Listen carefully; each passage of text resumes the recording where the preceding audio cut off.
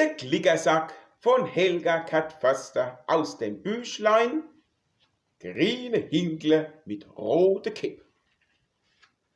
Mama, Mama, mein Klickersack ist fort, wo immer hängt am Hoge dort. Das kleine Mäxel schnipst ganz still, weil er doch jetzt Klicker spielen will.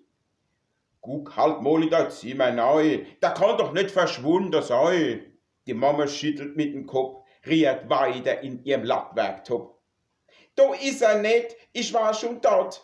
Meine ganze Klicker sind jetzt fort, all meine Klicker bunt und schön, mit denen schönen Glitzersteh.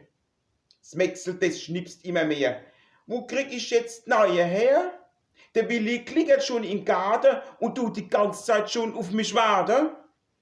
Ach Kind, ich kann vom Herd nicht weg. Das hat bei Latwäsch gar keinen Zweck. Da muss man ständig rühren dran, sonst brennt das schöne Schmersel an. Da kommt seine Schwester unbeschwert, strahlt wie ein Honigkuchenpferd. Mäxel, guck, wie mein Tanzkleid steht. Ich hab all deine Klicker ohne neu genäht.